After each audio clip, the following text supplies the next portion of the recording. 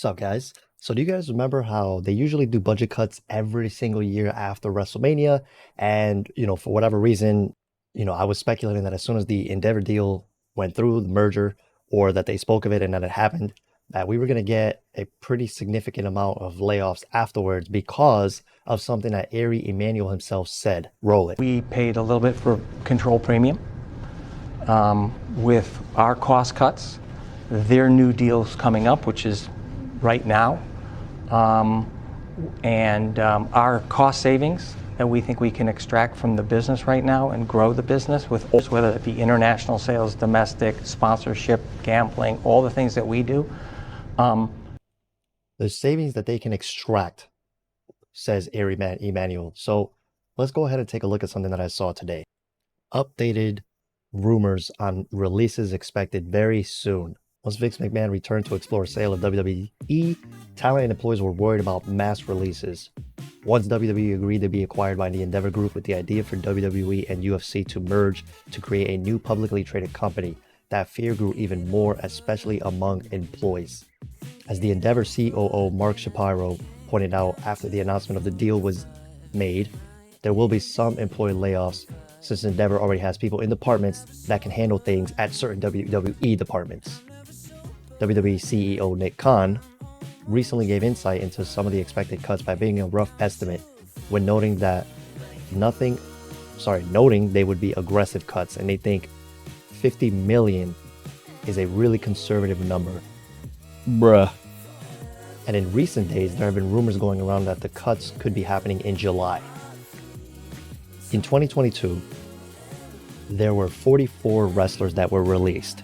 And if Nick Khan is shooting for a conservative $50 million, that would spread across wrestlers, corporate, all possible other jobs that fall underneath the WWE umbrella. What could that possibly mean for basically almost all the wrestlers that Triple H has brought back? I mean, it'd be meaningless to say that they're all pretty much cooked for the most part, most of them. And if there's anyone down below that you think is going to get removed or future endeavored, as Johnny would like to say, comment it down below. At least there's good news. CM Punk is good to go for Collision. I mean, again, I've been saying that, right? I said it in like 3 videos ago. And for the most part, all of you actually agreed with me. You guys were like, yeah, we know that. Like, they're just saying stuff. And I was like, yeah, I agree. Sean Ross at Fightful, which is a very reliable source, reported on Tuesday that discussions between Punk and AEW have been productive, and that people close to him believe that he'll be at the first show in Collision on June 17th. This also backed up on a post on the F4W board by Ryan Frederick. Quote, I can't speak for Brian because I don't know what info he's been given. There's definitely been a lot of different info being passed around with this whole thing. I can only say that based on what I was told at midnight Eastern, Punk is good to go for Collision, that he signed an NDA pertaining to Brawl Out, which was described as necessary for him to return, but also difficult negotiation. But he knew he had to do it. There's a lot of people he doesn't want to let down, and a couple of other legal documents that were also necessary for him to return that protects AEW in case of another bad situation. There's one thing I'll keep quiet on because it's nothing major, but this whole thing is basically how now him playing ball because he says he loves AEW, wants to help the company grow, and he knows what will happen if there's another big issue, aka fired. As Dave Meltzer reported about Daly's Place being a backup location if they move Collision out of Chicago, Fightful confirmed that while Daly's Place was not specifically mentioned to them, there were backup locations discussed. For what it's worth, the Khan family is involved with Daly's Place, so it would make sense that the venue would be a backup place for All Elite Wrestling, as it was during the pandemic. When the venue was first opened a few years ago, Jaguar owner Shad Khan, Tony's father, Jacksonville Mayor Lenny Curry, and Daly's president and CEO Aubrey Edge were the ones to make the announcement about the plans for the venue. Alexa Bliss is no longer doing PR for the Saudi Arabia show Night of Champions. Rather it be creative or travel arrangements, plans in WWE change quite often, and Alexa was recently reminded of that being off television for the last several months.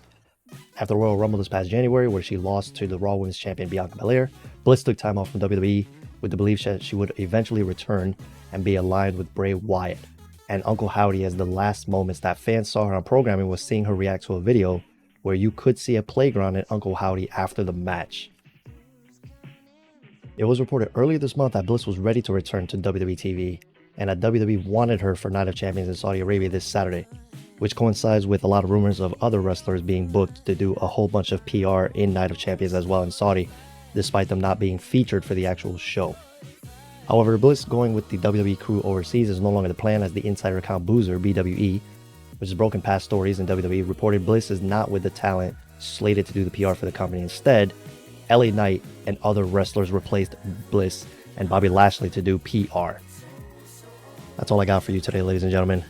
Drop a like if you enjoyed. I'm trying to hit 709 subscribers by the end of 2025. Peace.